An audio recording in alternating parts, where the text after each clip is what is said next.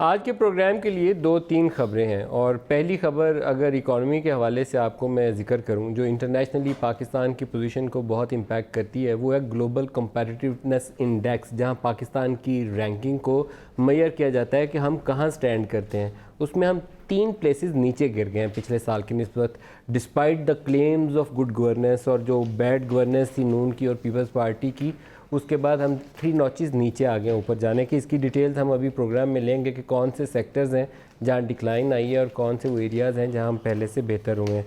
दूसरा खबर वो मैं 2-3 उसके ऊपर प्रोग्राम कर चुका हूं, लेकिन somehow PTI has failed to address that issue. Dengue 24,000 का फिगर है, मैं इसको वेरीफाई तो नहीं कर सकता इंडिपेंडेंटली, लेकिन मुल्क भर में 24,000 पेशेंट्स डेंगी के, और ट्विन सिटीज़ जहां हम बैठे हैं यहाँ 6,000। और आप इस्लामाबाद के हॉस्पिटल विज़िट करना शुरू करें तो शायद मज़ीद वो पेशेंट्स लेने की पोजीशन में भी ना हो।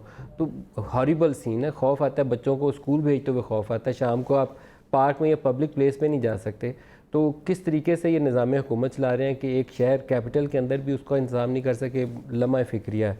और तीसरी खबर जो सियासी एतबार से जिसको पूरा प्रोग्राम हम लेकर चलेंगे, JUIF आज उन्होंने अपोजिशन जमातों ने मीटिंग भी की और उन्होंने कहा हम 31 अक्टूबर को इकट्ठे इस्लामाबाद में एंटर होंगे।